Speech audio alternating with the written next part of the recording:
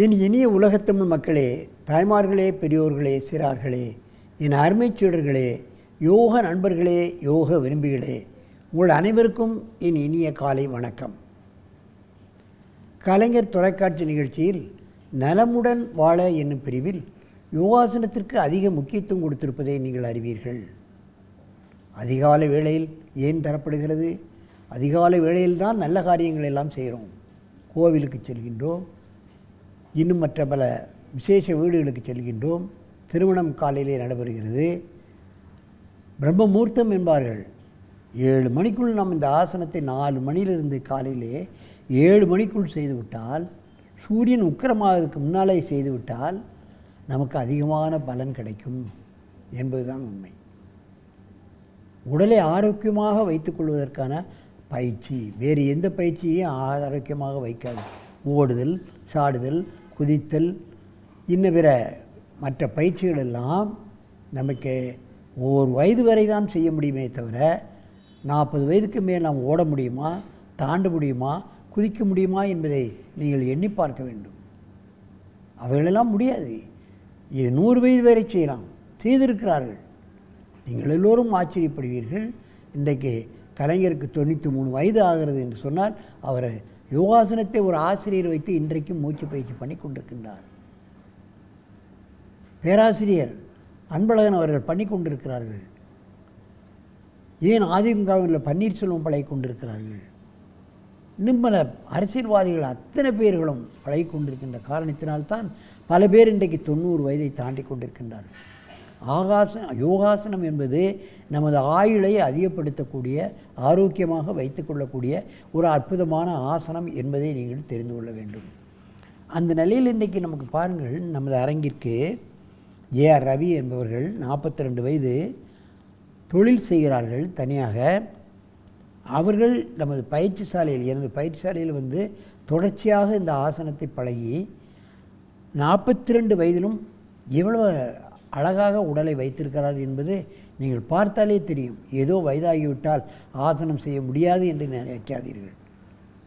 அவர்கள் 42 வயதிலும் சர்வாங்காசனம் செய்கிறார். அதிலிருந்து அலாசனம் வருகிறார். அதற்கு பிறகு அதில் கஷ்டமான பரிவர்த்தனை அலாசனத்தையும் செய்கிறார். என் அருமைச் சீடர் அவர்களே, நீங்கள் பத்மாசனத்தை கலைத்துவிட்டு காலை முன்னால் நீட்டி தள்ளி படுங்கள். கொஞ்சம் இன்னும் கொஞ்சம் கீழே இறங்கிங்க.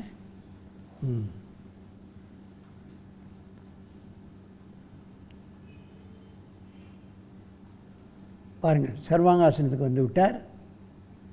அப்படியே அதை தொடர்ச்சியாக அலாசனத்துக்கு வருகிறார்.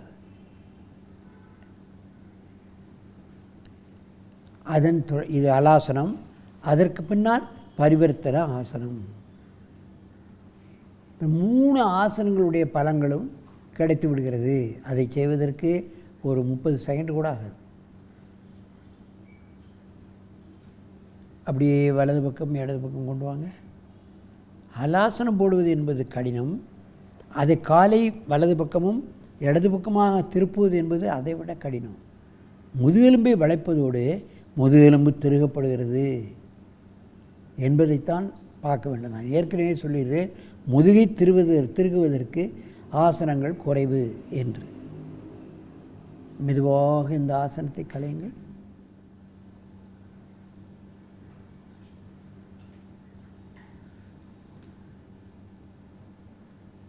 விரீதகரணி, சர்வாங்காசனம்,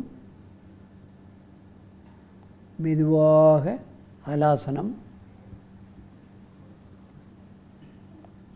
எவ்வளவு மெதுவாக இறக்கிறார்கள் பார்த்தீர்களா? ஆசனம் என்பதை எப்படி செய்ய வேண்டும் என்பதே இவர்கள் செய்வதிலிருந்தே நாம் கலந்து கொள்ளலாம். அவசரப்படாமல், ஆத்திரப்படாமல் மெதுவாக செய்வதுதான் ஆசனம்.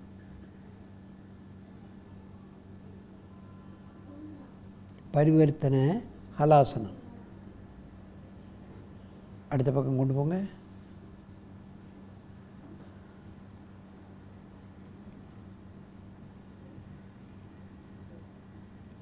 முதுகெலும்பு திருக்கப்படுகிறது, கழுத்து வலிக்கப்படுகிறது, முதுகெலும்பு முழுமையாக வலிக்கப்படுகிறது, தைராய்டு கிளான்ஸ் வேலை செய்யும். மெதுவாக இந்த ஆசனத்தை கலையுங்கள்.